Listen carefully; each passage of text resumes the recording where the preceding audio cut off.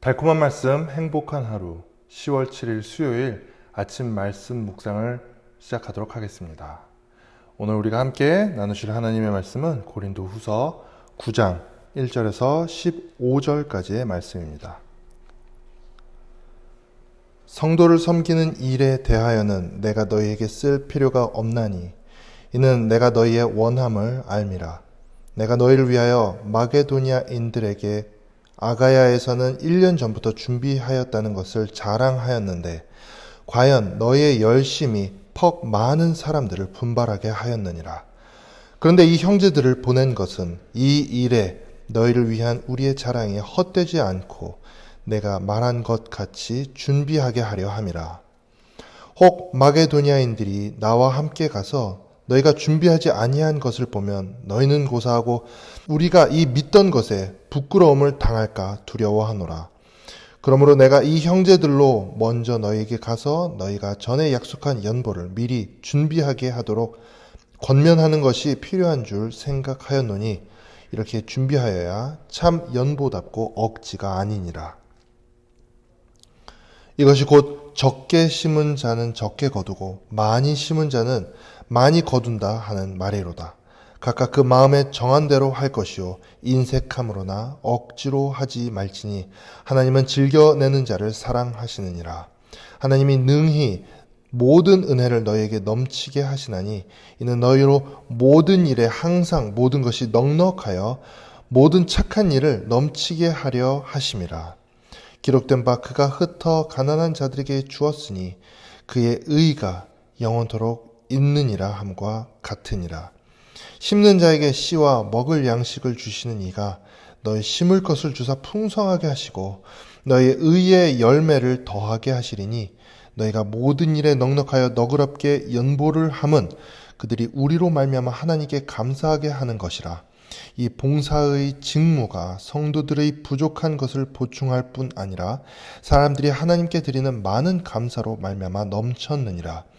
이 직무로 증거를 삼아 너희가 그리스도의 복음을 진실이 믿고 복종하는 것과 그들과 모든 사람을 섬기는 너희의 후한 연보로 말미암아 하나님께 영광을 돌리고 또 그들이 너희를 위하여 간구하며 하나님이 너희에게 주신 지극한 은혜로 말미암아 너희를 사모하느니라. 말할 수 없는 그의 은사로 말미암아 하나님께 감사하노라. 아멘. 네, 오늘의 말씀은 고린도 교회의 연보에 대한 이야기를 하고 있습니다. 사도 바울은 형제들을 그 고린도 교회에 보냅니다. 그가 그 고린도 교회 형제들을 보내는 이유는 연보에 대한 그 고린도 교회의 생각과 행동이 달라졌기 때문인데요. 예전에는 고린도 교회가 그 연보에 대하여 굉장히 열심으로 준비하고 참여하고 있었습니다. 그런데 그 사도 바울에 대한 사도 바울의 사도직에 대한 의문과 의심이 불거지면서 더 이상 그 연보에 대한 활동이 이루어지지 않고 있었기 때문입니다.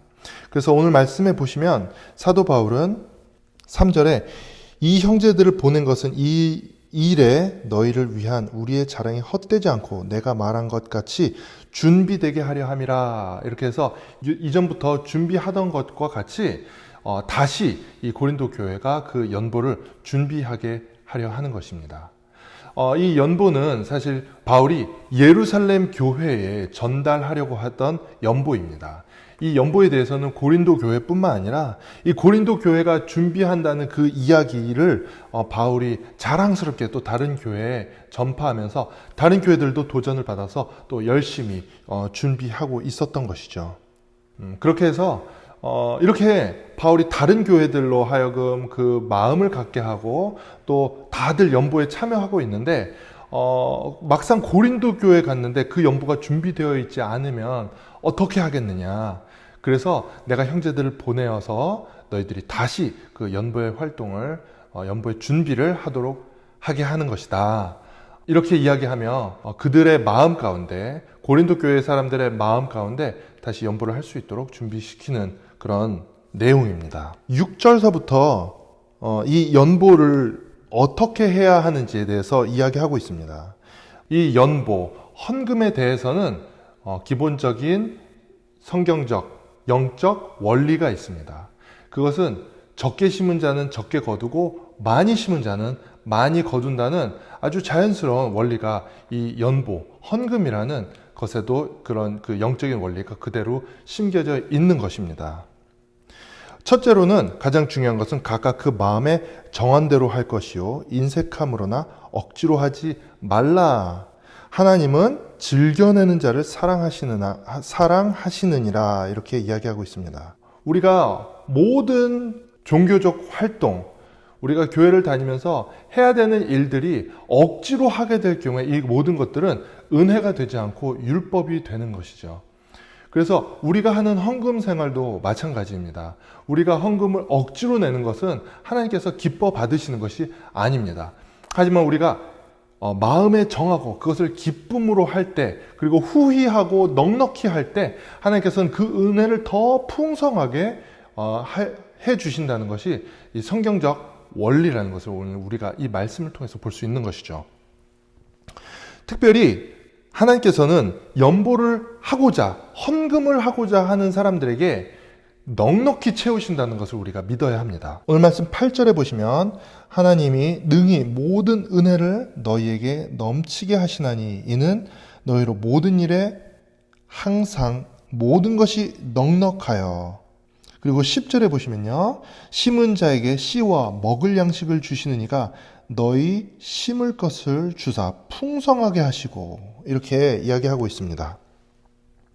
다시 말하면 이미 마음에 그 헌금에 대하여 하나님 나라 일을 위하여 헌신할 것을 마음에 결정을 하고 주님께 나아갈 때에 우리에게 그렇게 헌금할 수 있는 재정적, 물질적 또 여러 가지 여유를 하나님께서 풍성히 채우신다는 그런 말씀입니다. 또한 하나님은 이 일을 통하여 하나님의 착한 일, 하나님의 사역을 넘치게 하신다는 약속이 있습니다. 오늘 말씀 8절 다시 보시면요, 8절의 후반절에 모든 착한 일을 넘치게 하려 하신다라고 이야기하고 있습니다. 뿐만 아니라 우리가 이 연보, 헌금 또한 헌신 또 여러 가지 우리가 드림으로 인하여 하나님의 역사에 많은 열매들을 우리가 볼 수 있습니다. 그것 또한 우리에게 얼마나 큰 축복이 되는지 모릅니다. 오늘 말씀 10절에 보시면 심는 자에게 씨와 먹을 양식을 주시는 이가 너희 심을 것을 주사 풍성하게 하시고 너의 의의 열매를 더하게 하시리니, 이렇게 이야기하고 있습니다. 뿐만이 아니죠. 또한 우리가 이렇게 헌금을 하고 또한 하나님께 우리의 드림은 무엇보다 하나님께 영광이 됩니다. 오늘 말씀 13절을 보시면요, 이 직무로 증거를 삼아 너희가 그리스도의 복음을 진실히 믿고 복종하는 것과 그들과 모든 사람을 섬기는 너의 후한 연보로 말미암아 하나님께 영광을 돌리고, 이렇게 이야기하고 있습니다. 또 마지막으로 이 연보와 헌금을 통하여 우리에게 주는 또 한 가지의 축복은 교회 간의, 성도들 간의 사랑과 연합이 이곳에 있다는 것입니다. 14절의 말씀 보시면요, 또 그들이 너희를 위하여 간구하며, 그 연보를 받은 성도들을 이야기하는 것이죠. 하나님이 너희에게 주신 지극한 은혜로 말미암아 너희를 사모하느니라. 복음 때문에 하나 된 이 공동체들이 서로를 위하여 이렇게 헌신하는 모습은 서로 간에 주님 안에서의 사랑을 더 돈독히 할 수밖에 없는 것이죠. 여러분, 우리가 그 어떤 이해관계도 얽혀 있지 않는데 그저 하나님의 사랑 때문에, 하나님 나라 때문에 우리가 그들을 위하여 기꺼이 헌신할 수 있다면 그 사랑을 받은 사람들은 정말 그들을 향하여 감사와 하나님께 영광, 또 그들 서로 간에 그 마음이 하나 되어지고 또 연합되어지는 것은 너무나도 당연한 일일 것입니다. 오늘 우리가 이 말씀을 마음에 받고 우리가 진짜 교회됨을 경험하기 위해서는 우리가 우리의 가진 것을, 우리의 물질과 우리의 시간과 우리의 모든 것을 기꺼이 나눌 수 있는 우리가 되어야 하는 줄 믿습니다. 그렇게 할 때 이 일은 하나님께 영광을 돌리는 일이 될 것이고요. 또한 이 일을 통하여 하나님의 놀라운 역사를 우리가 볼 수 있습니다. 그리고 무엇보다 가장 실제적으로 피부로 우리가 느끼게 될 것은 바로 성도들 간의 사랑과 연합이 될 것입니다. 오늘 이 말씀을 붙들고 오늘 우리가 누구에게 나아가며 또 누구의 필요를 돌볼 것인지 기도하며 주님 앞에 헌신하는 귀한 시간 되었으면 좋겠습니다.